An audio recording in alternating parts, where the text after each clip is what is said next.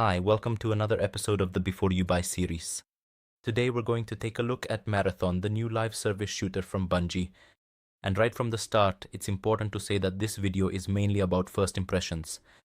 I've spent quite a bit of time with the game, but we're still at a stage where it's yet to be seen how everything will develop.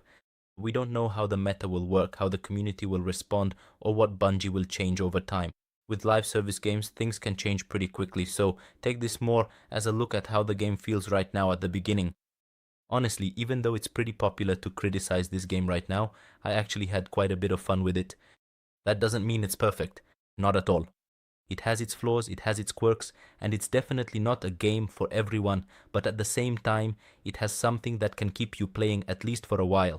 That's because it's an extraction shooter and not some simplified version. The PvP here is pretty intense, often quite challenging, and it's definitely not the kind of game where you can just play casually and relax.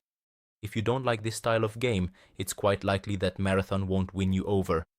But if you enjoy this type of game, then there's definitely some potential here. The basic principle of the game is simple, but in practice it's quite thrilling. You go into the map alone or with a team, where you collect loot, complete various objectives, fight AI enemies, and occasionally run into other players. And it's these encounters that are often the most interesting part. The main goal is to survive and get out of the map. If you die and haven't stored your gear, you lose everything. And that's exactly what gives the game that sense of pressure where every decision can have consequences. Sometimes you wonder whether to risk going for more loot or just leave. And this decision making is a big part of the experience. As for the gameplay itself, Bungie once again proves that they know how to make great gunplay. Shooting is smooth, precise, and overall very satisfying. The weapons feel good, movement works great, and overall it's very enjoyable to play. Sniper rifles are powerful, the Magnum works well right from the start, and various assault rifles or other weapons have solid feedback. Some weapons have a bit of a strange design and don't always look completely realistic or cool, but that's more a matter of taste. The important thing is that they're fun to play with. In addition, you have the option to modify weapons, use various upgrades, change scopes, and so on. It's not an extremely deep system, but it's enough to let you customize your playstyle. And as you gradually acquire better gear, you really feel your character improving. There are 4 maps in the game, and they get better as you progress. The first one is rather weak and might not grab you right away, but as you get further, it improves. The exteriors are often interesting, have good design, and offer various situations for combat. On the other hand, the interiors feel quite similar to each other. They're often just corridors, storage rooms, or laboratories that aren't particularly memorable. It's not exactly bad, but it's nothing that would really excite you either. A big surprise are the AI enemies. They're not just there to make up the numbers. They're aggressive, they react to you, they can really give you a hard time, and sometimes they're even more dangerous than the players themselves. This adds a certain dynamic to the game, because you're never completely at ease. You always have to stay alert, even if you don't run into another player. But in my opinion, the biggest highlight is the PvP. And I'm saying that as someone who isn't exactly a hardcore gamer. Fights with other players are intense, but at the same time, they're not completely unfair. You feel like you have a chance, even if you're not the best. And even if you lose, it's not always just frustration, but more a feeling that you could have done something better.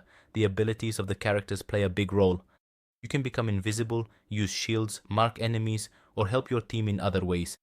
Thanks to this, the battles have more layers and aren't just about who has better aim. Plus, teamwork works well, and when everything clicks, it can be really fun. Another thing is the loot, and here it's a bit more complicated. On one hand, it's great when you get better gear and feel that sense of progress. On the other hand, the system is quite confusing. You spend a lot of time in the menu, sorting items, managing your inventory, selling things, and trying to figure out what actually has value. It's not something everyone will enjoy, and for some people, it can be pretty annoying. Moreover, if you die, you have to deal with your equipment all over again, buy things, and prepare for the next run.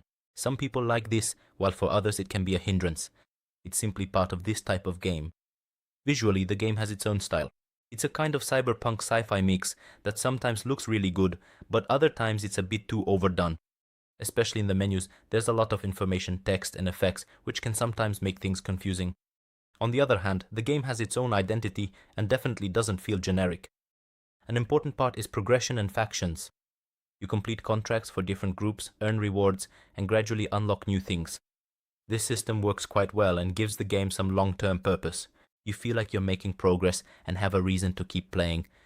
But not everything is perfect. Some activities are quite simple and can feel a bit boring.